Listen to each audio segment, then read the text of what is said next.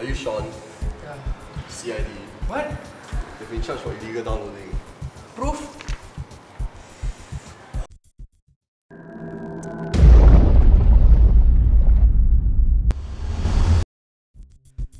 Singapore, a first world island country located in Southeast Asia, is one of the most prosperous countries in terms of gross domestic income. Since 1990, Singapore's government has strived to promote Singapore as an entertainment hub. The entertainment industry in Singapore is worth $18.2 billion in 2005. Piracy, which remains rampant in the law-enforcing country, is estimated that the black market is worth approximately $8 million here. The law in Singapore provides that producing, importation, distribution of such copyrighted materials is a violation of the Copyright Act. Anyone found guilty of this offence is liable to a maximum fine of $10,000 or up to 5 years imprisonment, or both. Despite these penalties, copyright infringers still choose to illegally obtain files by various means. This includes file sharing websites, torrents, and peer-to-peer file sharing. Let's hear what the public have to say about this. I think it's like a norm at the moment. Everybody do that kind. Whatever DVDs I buy, I probably give these DVDs to my friends if they want to watch that. I know it's wrong not to buy a DVD and just download it, but I'm a student, so that's my excuse for now until I'm older. I think it's okay because it don't harm anyone. It's actually wrong, but sometimes when it's given to you freely, then it's okay. Some individuals seem to be nonchalant about the laws imposed. But does this apply to all? I think it's not okay to do it, but personally I don't do that myself because I think one, it could be a virus, and then like maybe her computer got virus, right? Then like spread to my computer or something. Should be avoided. It is not safe for your computer. Copyright is the thing which is keeping the industry alive, because if there will be no copyright, then anyone can illegally download them. If the industry doesn't get funds, right? So we won't be having good movies like Avatar and something like that. I think there's arguments that can be made for all sides. I myself have the money to be able to afford to pay the artists and the companies, so that's my preference to do so. Youth these days are constantly being bombarded by anything from the internet. Easily influenced and tempted by the fact that they can get their latest J-Cho album for free, ahead of the release date, without stepping out of their houses. Based on a study we have done, 70.8% of internet users we surveyed usually download illegally from the internet. Only 29.2% of these internet users do not engage in such acts. Out of the 70.8% of internet users we surveyed, 88.1% could name at least 2 sources, and 73.8% could name at least 3 sources. Internet users these days are bold to challenge the law and ignorant of the consequences. Based on a real-life reenactment, this is the story of Sean.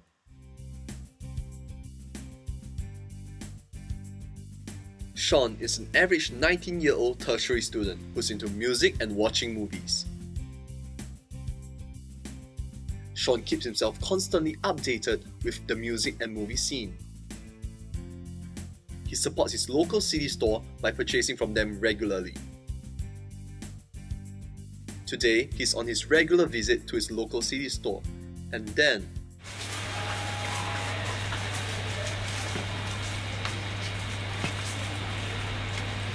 Hey, Sean! Hey, Eric, what are you doing here?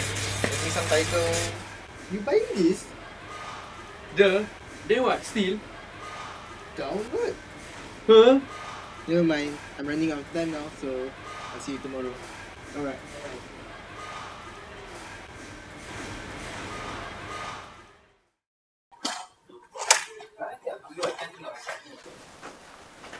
Hey Sean.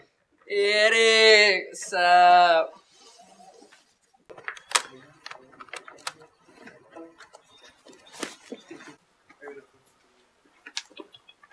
Hey bro, isn't this Iman? Yep. The latest one, right? Where you get it? Download lah. You want it? I thought you download it. Can man? Why cannot? I'm the one who download it, not you. Oh really? Come lah, I give you. Nah.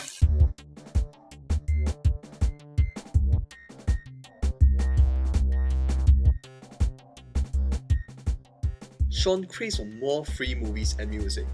Eric has become his only source to satisfy his needs. Oh yeah, Eric, you know about the upcoming movie Shrek? It's coming out in cinema now, eh? Want go watch ah? No money, ah. Download aja.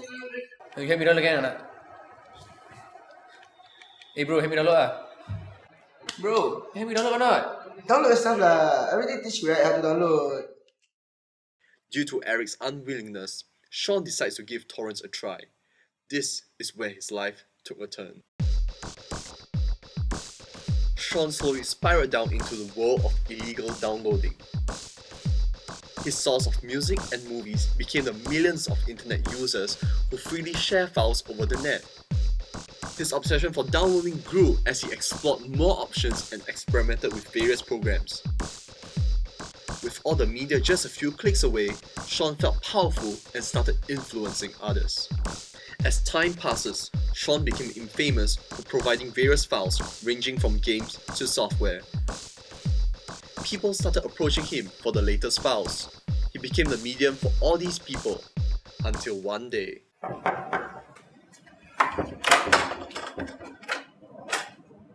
Are you Sean? Yeah. CID. What?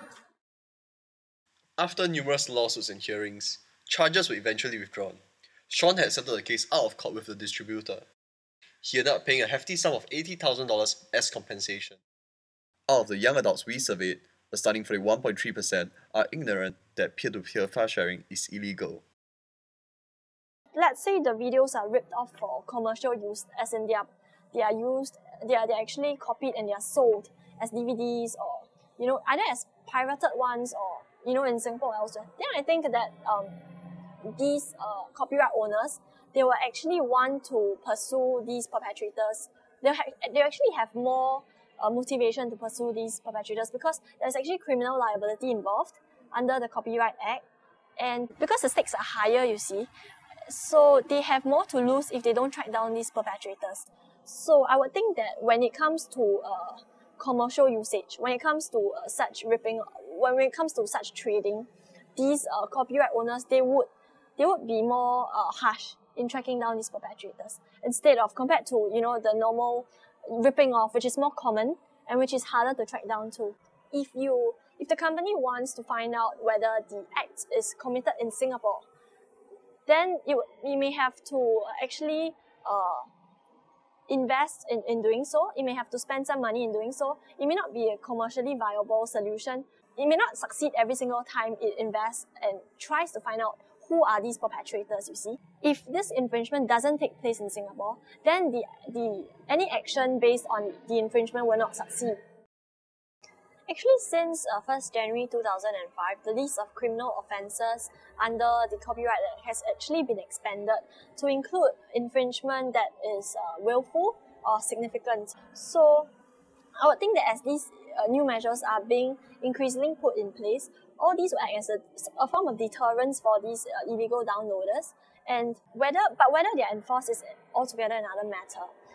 But what I can say is that work is still protected on the internet, and actually with more and more downloads being carried out each and every day, I think there is also incentive for the Parliament to introduce more sections, more measures to deter such acts. But there will also be more ambiguity when it comes to illegal downloads, because let's say if you're talking about BitTorrent and some users, they download a file, say a music file or a movie. What if the download is incomplete, or say the file is destroyed, or it has a bug, so it doesn't really work, the file is useless? Does it really count as a real illegal download? The internet has definitely brought more opportunities for the entertainment industry. However, the law is still unable to protect distributors from illegal distribution in cyberspace. Every single day, millions of files are being shared over the internet. There is just no way to track down every single user. File sharing is definitely illegal. Download at your own risk. The choice is yours.